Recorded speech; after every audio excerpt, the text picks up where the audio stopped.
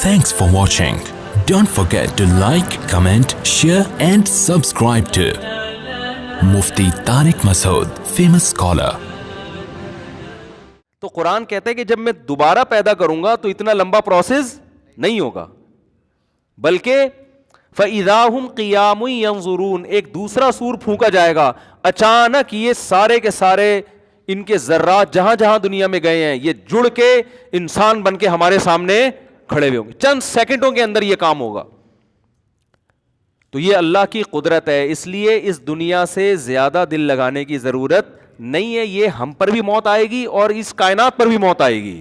آپ جو مرضی ترقی کر کے جہاں تک بھی پہنچ جائیں، بالآخر جیسے وہ سائنسدان جو آرم اسٹرانگ جو چاند پہ پہنچا، ٹھکانہ اس کا بھی قبر ہی ہوا بالآخر. تو یہ کائنات ترقی کرتے کرتے جہاں تک بھی پہنچے گی، اللہ یہ بتا دے گا کہ یہ ہے مسافر خانہ، یہ دل لگانے کی جگہ نہیں ہے. چھوٹے چھوٹے سیلاب آتے رہے ہیں نا، تو اب بڑی قیامت آئے گی اور یہ زمین آسمان کو میں توڑ کے بالکل برابر کر دوں گا. فَيَذَرُهَا قَاعًا صَفْصَفًا، قرآن کہتا ہے چٹیل میدان بنا دوں گا میں. آپ پہاڑوں کی طرف جاؤ نا کبھی، جب آپ اسلام آباد سے آگے جاتے ہیں نا تو پہاڑوں کا سلسلہ شروع ہوتا ہے، پھر ایسے پہاڑ کے ہر اگلا پہاڑ پچھلے پہاڑ سے اونچا ہی ہوتا ہے. آدمی کہتا ہے یہ کب جا کے ختم ہوگا؟ گلگت کی طرف جائیں، کوہستان کی طرف جائیں، ایک پہاڑ کے اوپر دوسرا پہاڑ، پھر اس کے اوپر تیسرا پہاڑ. میں 10-12 سال پرانی بات ہے، داریل گاؤں جس کے میں نے بلاگ نہیں بنایا تھا، وہاں سے ہم گلگت کی طرف جا رہے تھے. بہت اونچے اونچے پہاڑ ہیں، یعنی بائی روڈ جا رہے تھے. تو پہاڑ پہ پہاڑ، پہاڑ پہ پہاڑ. میں نے ان سے کہا یار یہ کیا ہے، یہ ایسے ڈرونے نا، اور رات کا وقت تھا، سردی بھی تھی ٹھیک ٹھاک. آگے مجھے ایک نظر آیا بادل. میں نے کہا یار یہ کالی گھٹا آ رہی ہے نا، اتنا اونچا بادل نظر آیا. وہ جب ہم نے تھوڑی روشنی ماری تو پتا چلا یہ بھی پہاڑ ہے، یہ بادل نہیں ہے. وہ ننگا پربت کی پہاڑیاں ہیں، وہ سلسلہ وہاں سے شروع ہوتا. اتنے اونچے اونچے پہاڑ. تو قرآن کہہ رہا ہے یہ جو اتنے وزنی پہاڑ زمین پہ، اچھا پہاڑ جو ہے نا جتنا زمین سے اوپر ہوتا ہے اتنی ہی اس سے زیادہ زمین کے اندر ہوتا ہے. یہ اس کی جڑیں ہوتی ہیں باقاعدہ، اس سے زیادہ زمین کے اندر ہوتا ہے. جو قرآن نے کہا نا کیل کی طرح گاڑ دیا ہے، تو کیل کا اوپر حصہ کم ہوتا ہے، اندر حصہ زیادہ ہوتا ہے. تو ایسے اللہ نے کیلوں کی طرح گاڑا ہوا ہے ان کو. تو اتنے اونچے اونچے اونچے اونچے پہاڑ ایسے ڈرونے کھانے والے نہیں ہوتے. تو قرآن کیا کہہ رہا ہے، ایک زوردار آواز ہوگی اور یہ سارے. تو سوچو وہ پاور کتنی، آواز سے کسی چیز کو توڑنا پھوڑنا آسان. آپ جتنا زور سے چیخیں، آپ جتنا گلا پھاڑ کے بات کریں، شیشہ نہیں ٹوٹے گا اس سے. آپ جائیں نا کسی شیشے کے پاس جا کے ہاں ہو کرتے رہے، معمولی سا کانچ بھی نہیں ٹوٹے گا، آپ کا گلا پھٹ جائے گا. ٹھیک ہے نا. بیوی پریشان ہو جائے گی، کیا ہو رہا ہے بھائی تجھے؟ چیزیں نہیں ٹوٹیں گی. آپ کی بیگم بھی چیختی ہوں گی، کبھی ٹوٹا کچھ؟ سبھی چیختے ہیں آج کل، مرد بھی چیختے ہیں، عورتیں بھی چیختی ہیں، بچے بھی چیختے ہیں.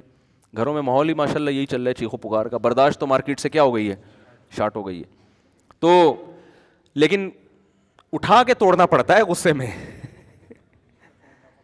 ایسا نہیں ہوتا کہ آپ کے چیخنے سے گلاس خود ہی غصے میں ٹوٹ گیا، بھائی یار یہ کیا ہو گیا، تو بہت غصہ آ رہا ہے آج، تو صاحب کو بہت زیادہ غصہ آ رہا ہے. لیکن آپ اس فرشتے کی طاقت اور پاور کو سوچیں کہ جو آواز لگائے گا. ہم پڑھتے ہیں نا کہ فرشتے نے آواز ماری اور قوم سمود کے کلیجے پھٹ گئے. تو اللہ کہتے ہیں یہ تو ایک قوم کے کلیجے پھٹے ہیں. ایسی زوردار فرشتے کی آواز ہوگی کہ یہ اتنے بڑے بڑے ماؤنٹ ایوریسٹ کی پہاڑیاں، کیٹو کی پہاڑیاں ایسے دھماکے سے پھٹیں گی یہ. اور فَيَذَرُهَا قَاعًا صَفْصَفًا لَا تَرَىٰ فِيهَا عِوَجًا وَلَا أَمْتًا. ایسے زمین کو اللہ ہموار کر کے چٹیل بنا دے گا، اتنی بڑی تباہی آئے گی. تو اللہ کی قدرت تو بھائی ابھی ہم نے دیکھی ہے نہیں. تو اللہ کہتا ہے یہ اتنی زیادہ فری کرانے کی چیز نہیں ہے دنیا، جتنا تم نے، ہم لوگوں نے بہت زیادہ لفٹ کرایا ہوا ہے دنیا کو. دیکھو جب کوئی آدمی آئے جس کی ویلیو زیادہ نہ ہو اور کوئی بہت بڑا آفیسر اس کو لے کے اپنے ساتھ گھومنا شروع کر دے. مثال کو کوئی بلڈر آیا، اور وہ بلڈر کیا ہے، آپ خود بہت بڑے بلڈر تھے، بڑے بڑے پروجیکٹ چل رہے ہیں، ابھی بینک پلازا آپ نے بنایا، اور جناب وہ اسلام آباد میں بڑی بڑی بلڈنگیں آپ بنا رہے ہو. اتنے میں ایک شخص آیا جو چھوٹے چھوٹے مکان بناتا ہے، ٹھیک ہے نا. وہ بھی بلڈر ہے ظاہر ہے بیچارہ، وہ 2 کمروں کے پروجیکٹ لیتا ہے اور 10 سال میں وہ بناتا ہے بیچارہ. اب بڑا بلڈر آیا، اس چھوٹے بلڈر، اس کو نہیں پتا یہ بلڈر چھوٹا ہے، اس کو بڑا پروٹوکول ہے، سر آپ مجھے بھی مشورہ دیجیے، سر آپ بتائیے چائے پئیں گے کیا پئیں گے، بیٹھے گئے, وہ سمجھ رہا ہے کہ یہ بہت بڑی فلم ہے. تو لوگ کہیں گے بھائی تو اس کو کچھ ضرورت سے زیادہ ہی لفٹ کرا رہا ہے, یہ اتنا لفٹ کے قابل, بولتے ہیں نا ایسے موقع پہ, ابے بھائی تو کیوں اس کے پھلترو کی طرح چپکایا ہوا تو نے اس کو, اتنا ٹھیک ہے چائے پی لو, مسلمان ہے, انسان ہے, اتنی بڑی فلم نہیں ہے جتنی آپ اس کو سمجھ رہے ہو.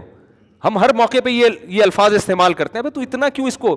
ہمارے ایک جاننے والے تھے, انہوں نے ایک دوست کو اپنے ساتھ چپکا لیا, گھر بھی لے کر آ رہے ہیں, چائے بھی پلا رہے ہیں, ان کے گھر والے بیزار ہو گئے, یار تو جب بھی آتا ہے پھلترو کی طرح اس کو لے کر آتا ہے گھر میں, اور سب گھر والے ریزرو ہو جاتے تھے نا یہ کہ جی ان کے گیسٹ بیٹھے ہوئے. تو مجھے یاد ہے وہ کسی نے اس کو تانا دیا, تو یہ اتنی بڑی فلم نہیں ہے جتنا تو نے اس کو اپنے ساتھ چپکایا ہوا ہے, ٹھیک ہے نا, دوست ہے اس کو گھر سے باہر رکھ, اتنی بڑی فلم نہیں ہے. یا تو اس نے تیرے لیے جان قربان کی ہوتی ہے, یا تیرے بزنس کو رن کیا ہوتا ہے, ویسے ہی گٹر کے ڈھکن پہ بیٹھے ہوئے تھے, اتفاق سے دوستی ہو گئی, تو وہ گٹر کے ڈھکن پہ ملا کرو, وہیں چائے پلا کے پتلی گلی سے رخصت کر دیا کرو. ابا نصیحت کر رہے ہوتے ہیں نا بیٹے کو کہ ابے تو نے کیا دوست پال کے تو گھر میں لا کے ساری فریج کی چیزیں اس کو کھلا دیتا ہے تو گھر میں لا کے.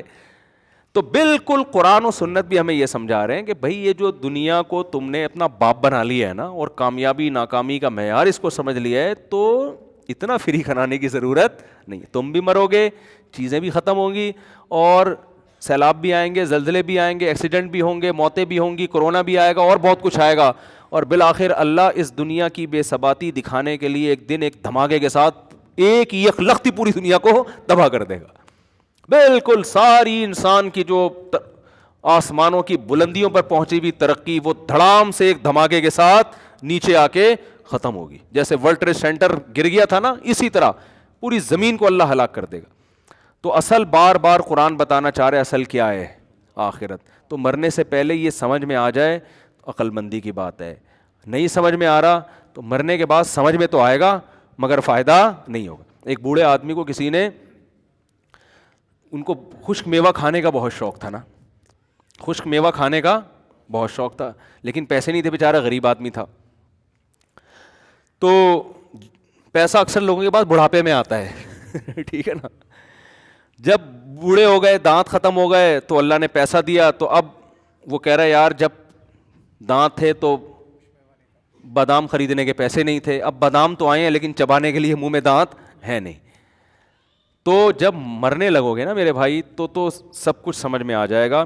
لیکن انسان کہے گا, اللہ کہیں گے کہ جب تک میں نے دکھایا نہیں تھا توبہ کا موقع تھا, اب دکھا تو دیا ہے, ایمان تو لے آؤ گے سب, لیکن اب عمل کا موقع ختم ہو گیا ہے. تو اللہ اس وقت سے پہلے ہمیں سدھرنے کی توفیق عطا فرما دے.